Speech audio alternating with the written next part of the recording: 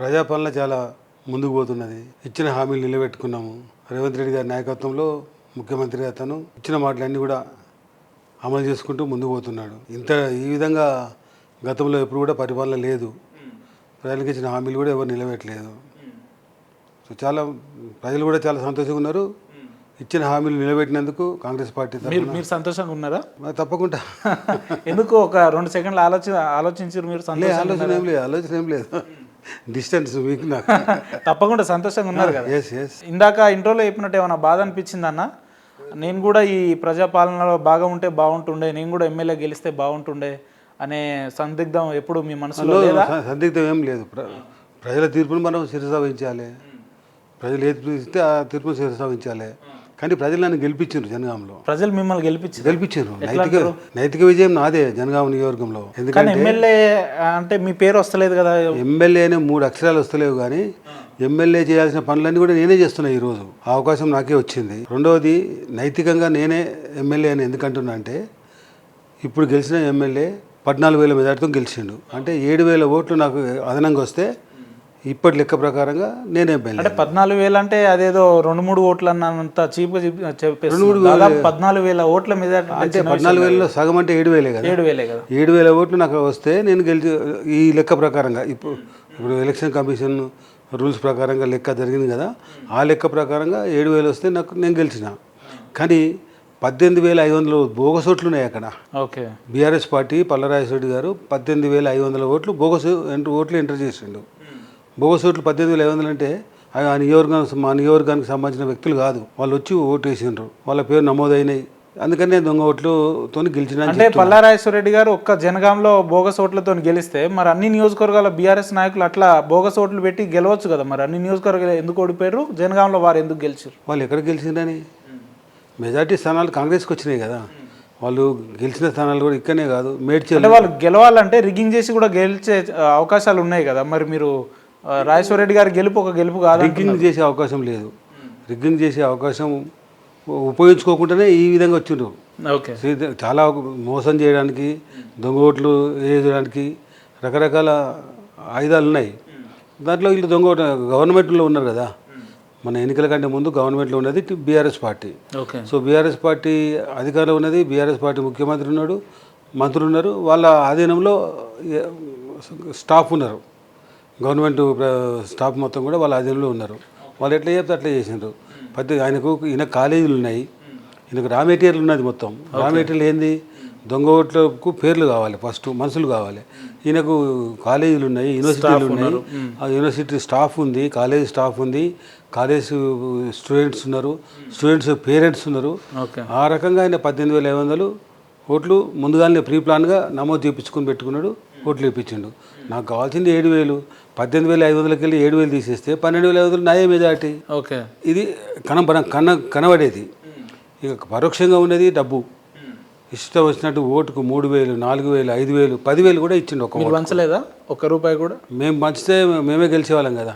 మేము పంచొద్దు అనుకున్నాం, పంచలేదు. మేము మాకు ఎందుకు మరి కొమ్మూరు దగ్గర 1,000 కోట్లు ఉన్నాయని బయట చర్చ నడుస్తాయి కదా. మరి అట్లా అనుకుంటే ఆ లెక్కను చూసుకుంటే మీరు ఓటుకు 10,000 కాదు 20,000 కూడా ఇచ్చే స్తోమత మీ దగ్గర ఉండాలి. 20,000 ఇచ్చే స్తోమత నాకు భగవంతుడు కల్పిస్తే నేను సంతోషమే. కానీ నాకు భగవంతుడు చిక్కడికి నేను ఇచ్చిండు. నేను కష్టపడి నిజాయితీగా సంపాదించుకున్న సొమ్ము నాది. నా తెలివితేటలతో కష్టపడి సంపాదించుకున్న సొమ్ము నాది. కానీ ఎక్కడ కూడా అవినీతిగా కానీ, లేకుంటే కాంట్రాక్టర్ తీసుకొని కానీ, ముఖ్యమంత్రి పేరు చెప్పి కిట్లు అని హాస్పిటల్కి ఇచ్చారు కదా. ఆ విధంగా ఇప్పుడు ఈ ఎమ్మెల్యే కుటుంబ సభ్యులే కదా తీసుకున్నది. ఆ విధంగా తీసుకొని సంపాదించిన డబ్బు కాదు. నేను కష్టపడి నిజాయితీ సంపాదించిన డబ్బుల నుండి కొంత ప్రజలకు పెడుతున్నా, కొన్ని ఉద్యమానికి పెడుతున్నా. 2001కి వెళ్ళి నేను 6-7 సార్లు ఎమ్మెల్యేకి పోటీ చేసిన. తర్వాత ఉద్యమాన్ని నడిపిన, అదేవిధంగా ప్రజలకు సహకరించిన, బీదోళ్లకు, అదేవిధంగా అనారోగ్యం పాలైన వాళ్ళకు కూడా సాయం చేసిన, విద్యా సంస్థలు అభివృద్ధి కొరకు 12 ఎకరాల భూమి కొన్ని డొనేట్ చేసిన. దాని విలువనే ఇవ్వాలి 20 కోట్లు. సరే, ఇన్ని వ్యక్తిగత సేవా కార్యక్రమాలు చేస్తున్నా ప్రజల మన్ననలు ఎందుకు పొందలేకపోతున్నారు కొమ్మూరి గారు అంటే ఏం చెప్తారు? ప్రజల మన్ననలు పొందినా నేను. అంటే ఇప్పటివరకు మీరు అధికారికంగా గెలిచిన దాఖలాలు లేవు కదా, అందుకు చెప్పు. అధికారికంగా ఎందుకు లేదు? చీరాల ఎమ్మెల్యే గెలిచిన కదా. చీరాల ఎమ్మెల్యే గెలిచిన, 2008 పదవికి రాజీనామా చేసి గెలిచిన, 2009లో కూడా గెలిచిన. ఓకే, అది అదృష్టమో దురదృష్టమో ప్రజలు నన్ను గెలిపిస్తున్నారు. కానీ లెక్కింపు కూడా మోసం జరుగుతుంది నాకు. 2009లో ఫస్ట్ నన్నే డిక్లేర్ చేసారు గెలిచినట్టుగా. అందరికీ తెలుసు, మొత్తం మొత్తం భారతదేశం మొత్తం తెలుసు, ప్రపంచం కూడా తెలుసు. నాకు అప్పుడు అంతలే అమెరికా నుంచి కూడా ఫోన్లు వచ్చినాయి, కంగ్రాచులేషన్ చెప్పినారు. ఎందుకంటే వాస్తవంగా గెలిచినప్పుడు నేను అక్కడ, కానీ అప్పటిదప్పుడు తారుమారు చేసి ఓ ఎంపీ మిషన్ తీసుకొచ్చి అందరి ముందు షోపుటప్ చేసి ఏం జరిగిందనేది అందరికీ తెలిసింది. అది మోసం అని అందరు తెలుసు, కానీ అది నాకు గెలిపే కదా. నేను గెలిచిన దాన్ని ఆయన పొన్నాలక్ష్మి 5 ఏళ్ళు తీసుకుపోయాడు. తర్వాత నేను చేయలేదు, ఎన్నికల్లో లేను మొన్న, కానీ ప్రజలలో ఉన్నా. నేను ఎన్నికల్లో లేనప్పటికీ ప్రజలలో మాత్రం ఉన్నా. ఆ ప్రజల సేవతోనే నాకు ఈరోజు ప్రజాభిమానం నా మీద ఉంది. ఓడిపోయినా కూడా ప్రజలలో ఉన్నారు మీరు ఎప్పుడు కూడా. నేను 2001 ఇప్పటి వరకు కూడా ప్రజలల్లే ఉన్నా, ప్రజల కొరకు, ప్రజల సమస్యల పరిష్కారం కొరకు పాటుపడుతున్నా, వీలైన దగ్గర సాయం చేస్తున్నా.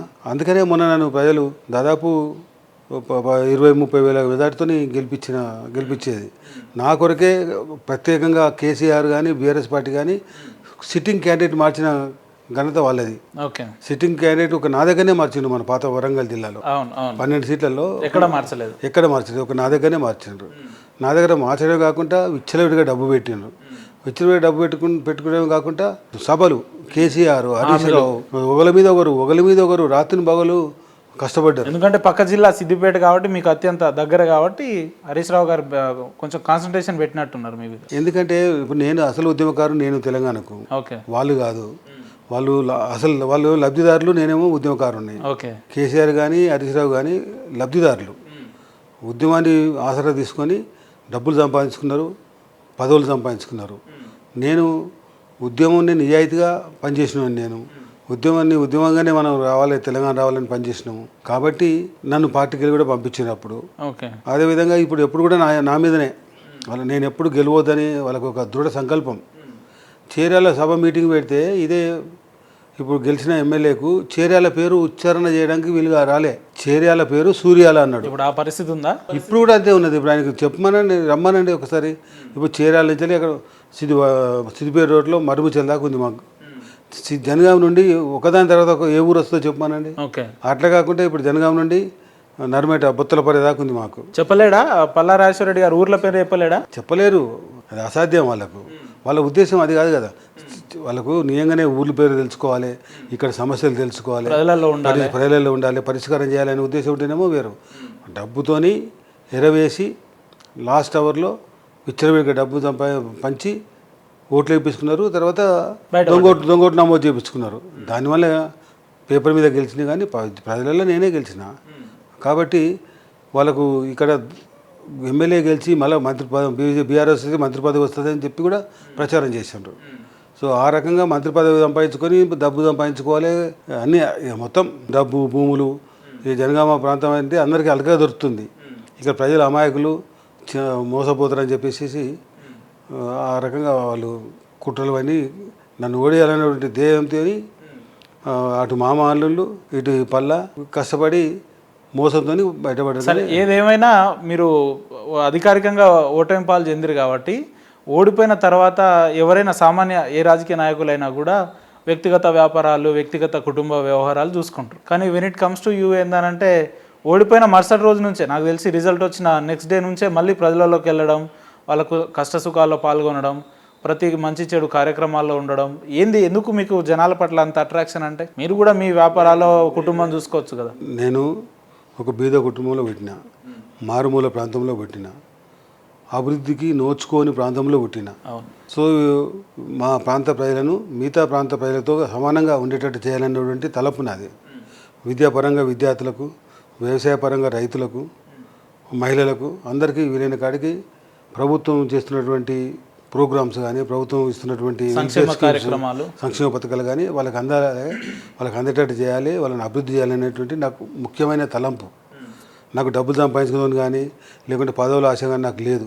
వస్తే పదవి ద్వారా సాయం చేస్తా, పదవి లేకపోతే నా వ్యక్తిత్వంతో నేను సాయం చేస్తా, నేను నా పార్టీ సహకారం తీసుకొని పనిచేస్తా. ఇప్పుడు వాళ్ళు ఎంత మిగతా వాళ్ళు వేరే ప్రాంతం నుంచి వచ్చిండు. ఆయన ఎక్కడ పుట్టిండు, ఆయన ఏ ఊరు, ఆయన పెరిగింది ఎక్కడ, ఆయన గతంలో ఏ పార్టీలో ఉండే, ఆయన నేపథ్యం ఏంటి అనేది ఎవరికి తెలియదు. ఆయన కూడా ఎవరికి పట్టించుకోకుండా ఉన్నాడు. ఇప్పుడు ఇప్పుడు ఆయన తెలంగాణ వచ్చేదాకా 2001 తెలంగాణ గురించి మేము ఎన్నో కష్టాలు పడ్డాము, ఖర్చు పెట్టుకున్నాము, అనేక ఇబ్బందులు పాలైనాము, సభలు సమావేశాలన్నీ కూడా విజయవంతం చేసినాము. అక్కడ ఢిల్లీ కూడా పోయినాము. సోనియా గాంధీ గారి దగ్గరికి నేను కూడా 3 సార్లు పోయినా కేసీఆర్ గారితో. పోయి ఎన్నో విధాలు కష్టపడితే, నేను ఒక్కరిని కష్టపడితే కాదు, లేకుంటే కేసీఆర్ కష్టపడితే కాదు తెలంగాణ వచ్చింది. తెలంగాణలోని ప్రజలందరూ కూడా, ప్రతి కుటుంబం కదిలి వచ్చింది. ప్రతి వ్యక్తి వృత్తులకు అతీతంగా, వ్యాపారాలకు అతీతంగా, వ్యవసాయాలకు అతీతంగా అందరూ కూడా ప్రతి ఒక్కరు వచ్చి కదిలి వచ్చిండ్రు. దీనికి తోడు దాదాపు 1200 మంది చనిపోయారు, వాళ్ళ ఆత్మ బలిదానం అయ్యారు. సో వాళ్ళను చూసి ఈ విధంగా యువకులు చనిపోవద్దని సోనియా గాంధీ గారు ఇచ్చిన మాట ప్రకారంగా 2004లో ఇచ్చిన మాట ప్రకారంగా పార్లమెంట్లో బిల్లు పెట్టి ఇతర పార్టీలను ఒప్పించి బిల్ పాస్ చేయించింది. నేను కేసీఆర్కు తెలంగాణ రావాలని లేదు అని నేను ఖచ్చితంగా చెప్తా. ఓకే, మొదటి నుంచి. ఎస్. ఎందుకు సార్ అంత పెద్ద మాట ఎందుకు అనాల్సి వచ్చింది? ఆయనకు అధికారం ఉండాలి, అపోజిషన్ కూడా అధికారం ఉంటుంది, రూలింగ్ కూడా అధికారం ఉంటుంది. సో రూలింగ్ ఛాన్స్ లేనప్పుడు అపోజిషన్, ఉద్యమం ద్వారా అది అపోజిషన్లో ఆయనకు అధికారం లభించింది. అదేవిధంగా ఉద్యమం ద్వారా డబ్బులు వచ్చినాయి. ఉద్యమం చేసిన రోజులు డబ్బులు వచ్చినాయి, మంత్రి పదవి వచ్చింది. మరొకవేళ ఆయనకు నిజంగానే చిత్తశుద్ధి ఉంటే, ఆయనకు తెలంగాణ రావాలని ఉంటే, ఆయన ఒక్కడు కదా ఎంపీ. పార్లమెంట్లో తెలంగాణ రాష్ట్ర బిల్లు పెట్టినప్పుడు మన కేసీఆర్ గారు పోయి ఓటు వేసిండ్రా? ఇప్పుడు పార్లమెంట్లో బిల్లు వాళ్ళ ఉంటాయి కదా, ఎవరెవరు ఓటేసిండ్రు తెలంగాణ రాష్ట్రానికి అనుకూలంగా. మరి తెలంగాణ రాష్ట్రానికి అనుకూలంగా వేయలేదా సార్? అప్పుడు ఓటు వేయలేదు ఆయన. ఆయన బాధపడ్డాడు. అందుకు తెలంగాణ వద్దనుకుంటే ఇస్తుంది సోనియా గాంధీ అని బాధపడ్డాడు. మరి ఎందుకు తెలంగాణ జాతిపిత కేసీఆర్, తెలంగాణ బాపు కేసీఆర్ లేకపోతే రాష్ట్రం లేదు అని అంటారు, మీరేం దానికి భిన్నంగా మాట్లాడుతున్నారు? ఎందుకు? కుటుంబ పాలన నడిపించినందుక, డబ్బు భూములు అన్నీ కూడా దోచుకున్నందుక, మొత్తం వాళ్ళు కుబేర్లే కదా, దాన్ని దోచుకోవడమే కదా. మొత్తం తెలంగాణ ప్రజలను పిప్పి చేసిండ్రు. 8 లక్షల కోట్ల అప్పు ఎందుకైంది? నీకు ధనిక రాష్ట్రం నీ చేతికిస్తే నువ్వు ఇచ్చిన వాగ్దానం ఒకటి అమలు చేయవు. ఇచ్చిన వాగ్దానం ఒకటి అమలు చేయకుండా మళ్ళీ అప్పులపాలు చేస్తావు. అభివృద్ధి ఎక్కడ లేదు. అప్పు చేసినప్పుడు నీకు ఆస్తి ఉండాలి కదా. ఒక ఆస్తి కొనడానికి, ఆస్తి తయారు చేయడం కొరకు అప్పు చేయాలి. ఎక్కడ? అంటే మీరేదో ప్రతిపక్ష నాయకుడిగా కాకుండా 10 ఏళ్లలో కేసీఆర్ గారు ఎలాంటి అభివృద్ధి చేయలేదంటారా? ఒప్పుకుంటారా దీన్ని? 100% కుటుంబ అభివృద్ధి చేసుకున్నాడు తప్ప తెలంగాణ ప్రజలను దోచుకున్నాడు. ఆయన కుటుంబం అభివృద్ధి చేసుకున్నాడు. తెలంగాణకు ఒరగబెట్టింది ఏమీ లేదు. ఇంకా ఏంటంటే ఆయన చేసినది 2001 వెళ్ళి 2014 దాకా ఉద్యమకారులను విడతల వారిగా, ఒక్కొక్క బ్యాచ్ వారిగా ఎట్లాగో తెలంగాణ వస్తున్నది, సోనియా గాంధీ మాట తప్పదు. కానీ తెలంగాణ వచ్చినాక ఈ ఉద్యమకారులు అందరూ అట్లే ఉంటే నాకు మంత్రి పదవి ఇవ్వని కూడా వస్తాడు, నాకు చైర్మన్ పదవి ఇవ్వని కూడా వస్తాడు, రకరకాల నాకు డైరెక్టర్ పదవి ఇవ్వని కూడా వస్తారు. వీళ్ళందరూ వచ్చి నా మీద కూర్చుంటారు. నాకు వచ్చే ఆదాయం అవన్నీ అమ్ముకుంటే నాకు వచ్చే ఆదాయం ఎక్కువ.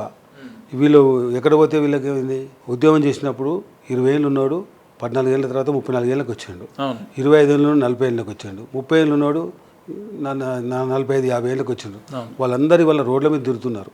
చాలా బాధపడుతున్నాం వాళ్ళని చూస్తే. వాళ్ళ కుటుంబాలన్నీ చాలా ఇబ్బందికరంగా ఉన్నాయి. వాళ్ళ పిల్లల్ని చదివించుకోలేకపోతున్నారు, ఇంటిని పోషించుకోలేకపోతున్నారు. అలాంటి పరిస్థితి తీసుకొచ్చింది కేసీఆర్ కదా, కొన్ని వేల మందిని. 10 ఏళ్లలో కేసీఆర్ గారు ఇచ్చిన హామీల్ని విస్మరించిందనే ఆల్టర్నేట్గా కాంగ్రెస్ పార్టీకి అధికారానికి ఇచ్చారు. కానీ కాంగ్రెస్ వచ్చి దాదాపు 1.5-2 ఏళ్ళు అవస్థ ఉంది.